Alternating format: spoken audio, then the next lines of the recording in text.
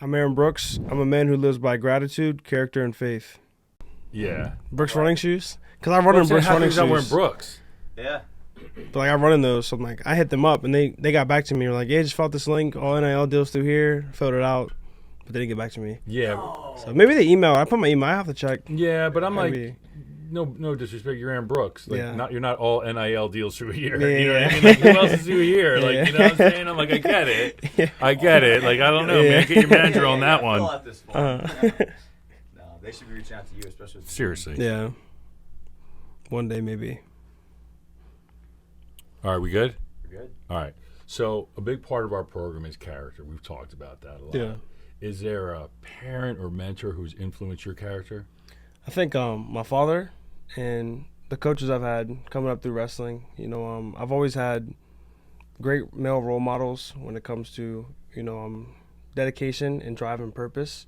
So I think the times where even if they weren't really speaking to me on these things, they lived it out, and I was Right. able to kind of just fall under their wing and their role. So Right. How do you think that's influenced your performance? I think a lot. What you are around as a child, it's built into you. It's in your subconscious. So the times when I'm wrestling, and to this day, like I mess with my dad, but I'm like I always hear him in my head, like go get him, snap him down, like just that kind of mindset of that resilience. We speak on. So it molded me as a child. So now, even when I grow older, I stick to it. I stick to my roots. So it's Right. been a blessing. Right. Do you have a way to intentionalize that? Like, how do you tap into that? Do you have like a mantra you say? I think one, just knowing where God has brought me and what He's put me through is there's a reason for it. So just remember like sticking to my roots. And I think the times where I kind of strayed for that, I was trying to be someone I'm not. Right. So just being who I am, who God made me, and the authenticity. Yeah. Just Often, kind of yeah. it's a big word. Yeah. I want to go out authenticity. Yeah. Authenticity kind of just it just comes out. So Right. So, do you have a performance routine you do that helps? I'm kind of going off a little bit, but do you have Yeah. I'm curious. Like, it seems like you got like a thing that gets you into your moment. Do you anything like on a pregame, like a warm up that gets you into like ready for that match? just relaxing. Like so, I used to listen to music Right. before matches, but this was my first NCAA tournament with fans. So my second NCAA tournament. But I took off my headphones, and I just remember the atmosphere is completely different. And God was kind of telling me, hey, like this next match, don't listen to music. Just kind of focus on being present, being in the moment. So now before matches, I just like to do some stretches, take deep breaths, and then just think about what's to come, be present. So I try to just stay laid back, stay calm, say a prayer for my match, just that God uses me if it's His will. But just want to be present as much as I can Right. be to live in the moment. Being present, everything. Being in that moment is everything. And what I think is really Yeah. interesting. Here you are, 3-timer, right? Yeah. Give it up on the Yeah. 3-timer. Just the Yeah. beginning. But you're still like that road to excellence is still under construction. Like, I'm going to try it this way. I'm going to try it Yeah. that way, right? You're still exploring. You're still living out into your faith, trying new things, Yeah. right? And seeing where that takes you. I think that's pretty incredible. It's cool.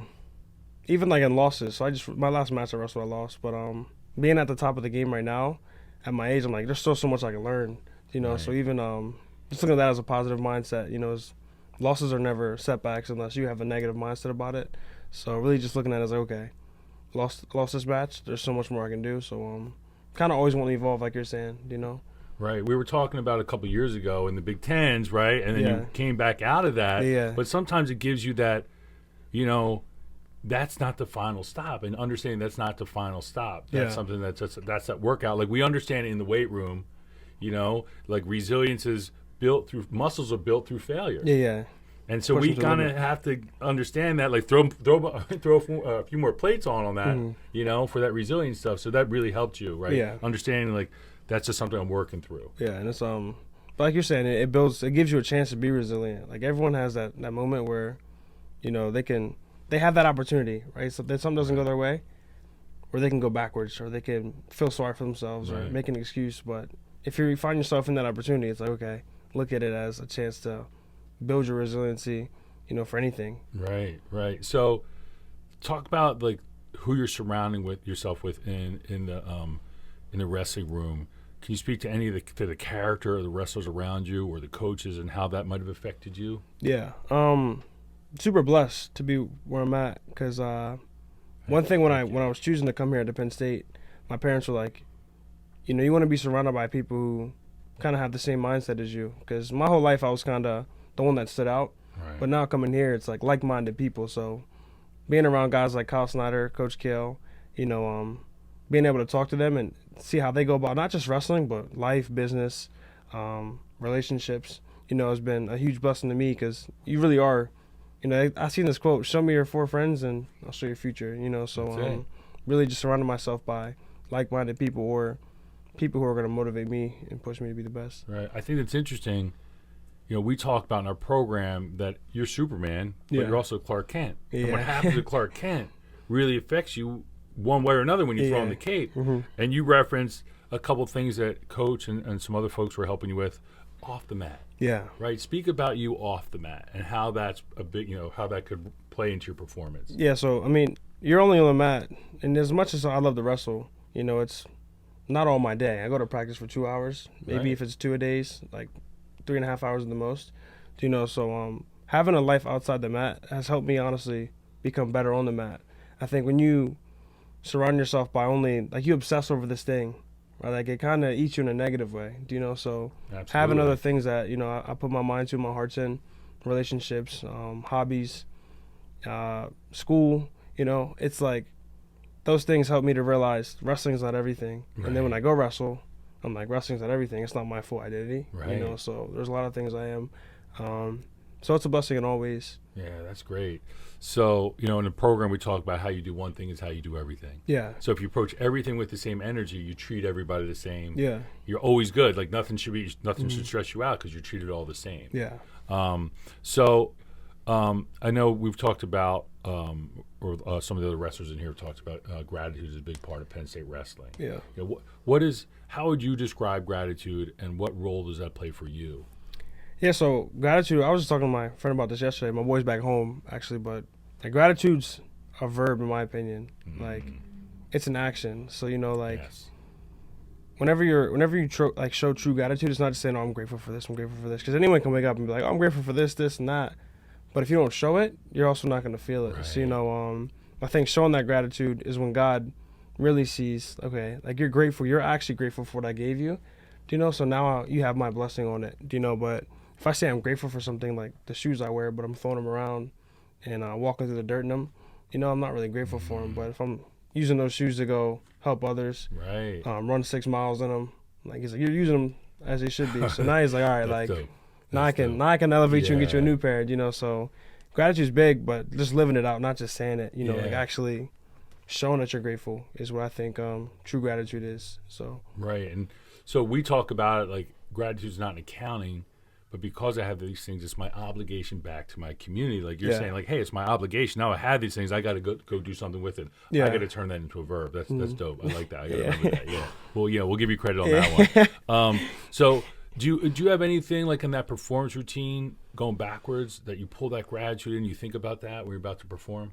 I think just a moment. I know for me, when I look back at my life, and it's different for everybody, but I'm from Hagerstown, Maryland. There's no wrestlers. There was one wrestler that went D1, 2 wrestlers. Wow. But one from Smithsburg, so kind of around that area. Right. But not even just the part I'm from wrestling, but just my family life, my background stories. I'm just grateful that I remember those times. I reflect where I didn't think I'd be where I'm at. I'm like, the times where I was worrying about even getting recruited. The times where I didn't think I was gonna be at a certain level, and now, I'm here. So I just take that in my matches. Hey, keep trusting in God, because, you see what He's brought you from. Whatever happens, it's gonna work out for your better, because God willing, everything else has. Right. So That's again, you're on another level. You open up another chamber on that, remembering your journey, right? Yeah. And because a lot of us are so being in the moment is not only just being here, but where have I been to get me here? Yeah. And the things that perceive those losses, without those losses, I wouldn't be right here, right now, doing my thing. So that's all part of it, right? That's dope. I like that. So again, when you think about gratitude, we talked about, but it's one more turn. Where do you get your gratitude from?